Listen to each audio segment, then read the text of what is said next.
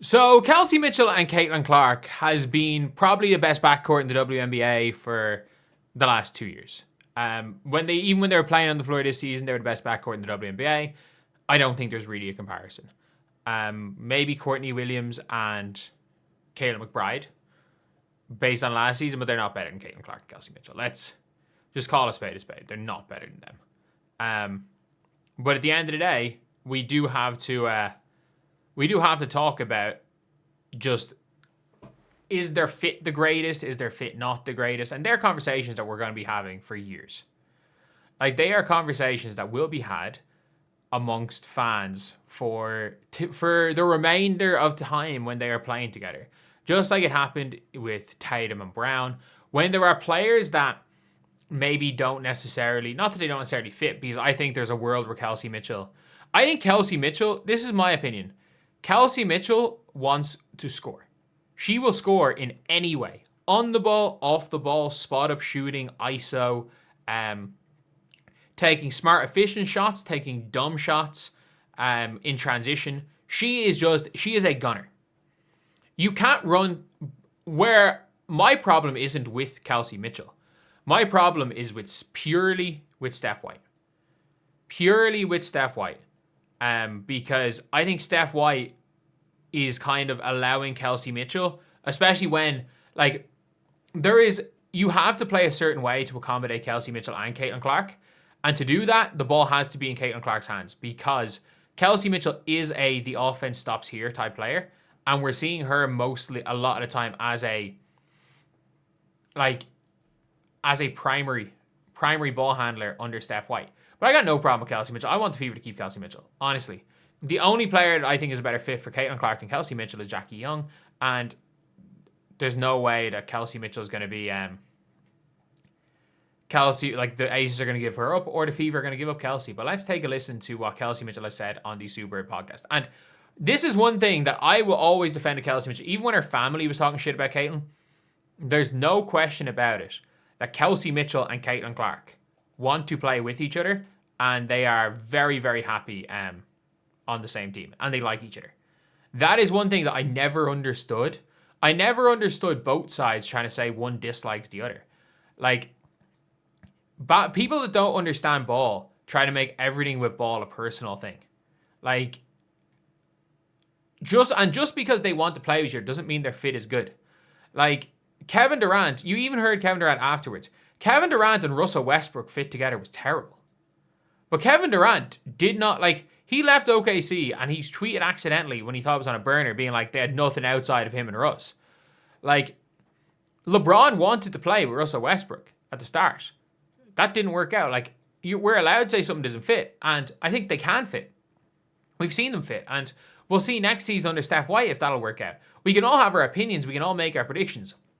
You don't have to like a coach. You don't have to like a set of players, which is the one of the weirdest things in the NBA is that it's like, or WNBA, in any other league, you can be a fan of the team and not be a fan of how the coach is playing that team, the coach's philosophy, and that not be an issue. But it's an issue in the WNBA because, I don't know, you're just not allowed to criticize anything or anyone. Like, you don't have to be the biggest fan of Kelsey Mitchell, Stephanie White, or heck, if you're a fan of the Fever and you're a fan of Kelsey Mitchell, you don't have to be the biggest fan of Caitlin Clark either.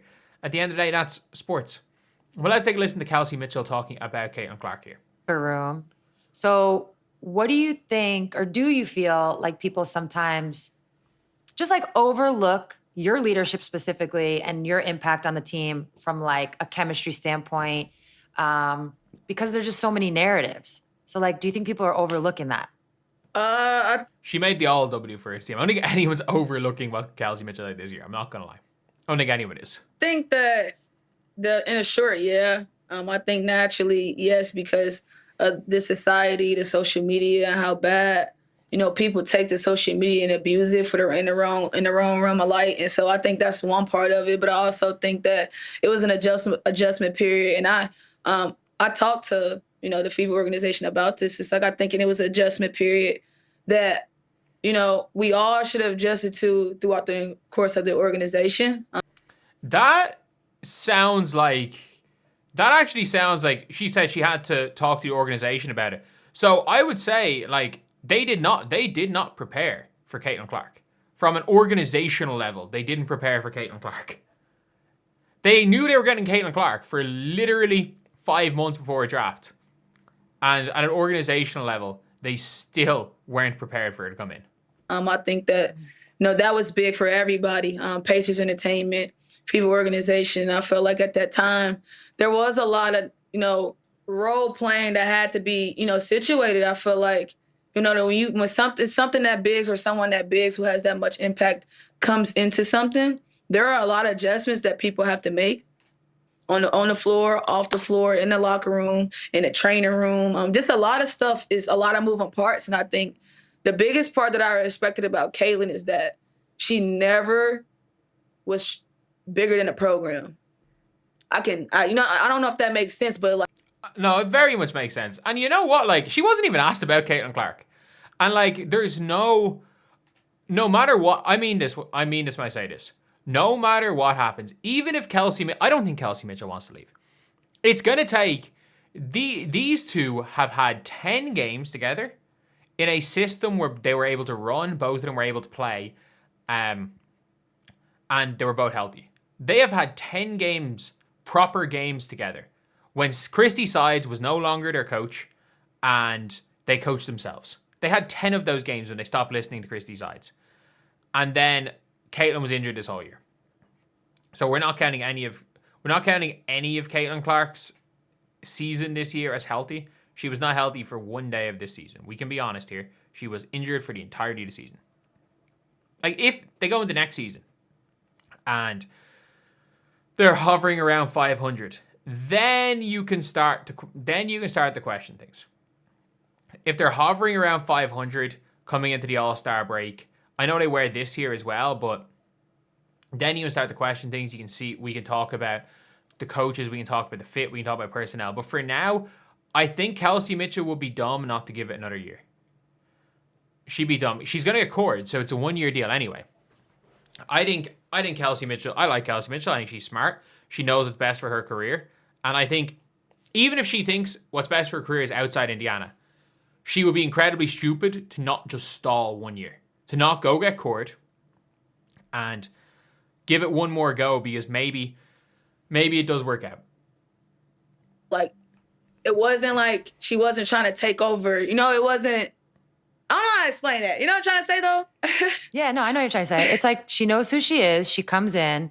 She's going to obviously do her part because that's what being a professional athlete is. But with the understanding of fitting into a team, making sure we fit, making sure we have chemistry. So it's never bigger than like the group it's like itself. She wasn't trying to be bigger than everybody. Like, within our locker room, she wasn't trying to be bigger than anyone else. And I think the way that her style of play, it ended up complimenting me.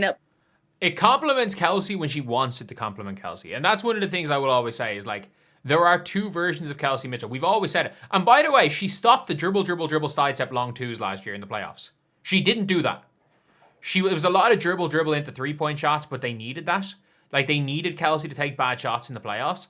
But for a lot of last season and a lot of season before, Kelsey Mitchell's natural instinct, her instinct is to do dumb shit, but she's not dumb, if you get me. Like, when Kelsey Mitchell thinks about making her cuts, when she thinks about how she's playing, she is an incredibly smart player. Her instinct is to take long twos, because obviously that's the way she's played. Like, it's not like anyone who's played ball knows that there's a difference between a player just not having low IQ and a player who just makes low IQ moves out of instinct. And she's the latter, and it's a lot better for the latter because you can coach that out, or you can system that out of a player. Because Kelsey Mitchell is the premier, in my opinion. She is one of the better on the ball guards in the league. But like, she is the premier off-ball guard. And that includes Kayla McBride. In my opinion, she is the premier off-ball guard. But the problem is that Caitlin Clark's terrible off the ball. And Kelsey Mitchell sometimes overdoes it when she's on the ball. So when Kelsey Mitchell tries to be out-and-out scorer ISO Kelsey, Caitlin doesn't complement that. And that doesn't complement Caitlin. When Kelsey is the off-the-ball specialist, she could average 20. She could lead the league in scoring next year. I'm not joking when I say that. She could lead the league in scoring while Caitlin averages 11 assists a game. That's not It's not impossible. Compliment a B. And so, like, Definitely the one AB. thing I love about Caitlin, too, is that we all love basketball the same way. We all have our different styles of way of playing it, but the passion for it with Caitlin, when she didn't play compared to when she did play, remained the same. And, like, I respected that about her because it could have easily not been that way. You know, you have people that come in and not want to do or buy in once it's not, you know, or once it don't go their way, or once... There are definitely people, as we've seen this year, that just don't want to buy in. There are so many people that don't want to buy in. I'm going to be honest. There were, like, the Fever may have even had a player that don't want to buy in to their system. Like, and every year, you know, there's going to be players that just don't want to play. Unfortunate things happen and you can't play, and injury happens and you're not getting your body the way you want to. And so I can respect the fact that she kept the program and she didn't let her passion for it waver, because she ended up pouring in more than she thought. And it was dope because she could have easily not been that person. Right. Yeah, I hear you. Yeah, I would build on what I was saying and add from what I'm hearing from you is like she was like that way in the locker room too. Yes. Yeah. Like Right, it was like she wasn't trying to, like, you know, you could easily be a certain way, and her thing was just like giving her best. Like she gave us like her best when she was in the locker room. Yeah, the time I've spent with Caitlin, like she definitely has like, oh, you're like my little sister. Yes. Because she likes to, like, you know, talk about She plays a basketball lot. and kind of troll a little bit. My Yeah, goodness. exactly. You're talking about a kid in the candy store. That's Caitlin. Yep. Tutu, she is, but in a good way. She's a live light. And she her personality shows in her game, and it's dope for her. And, like, that's one of the things you can see. These two players, no matter what you think about them, and look, I will question the fit.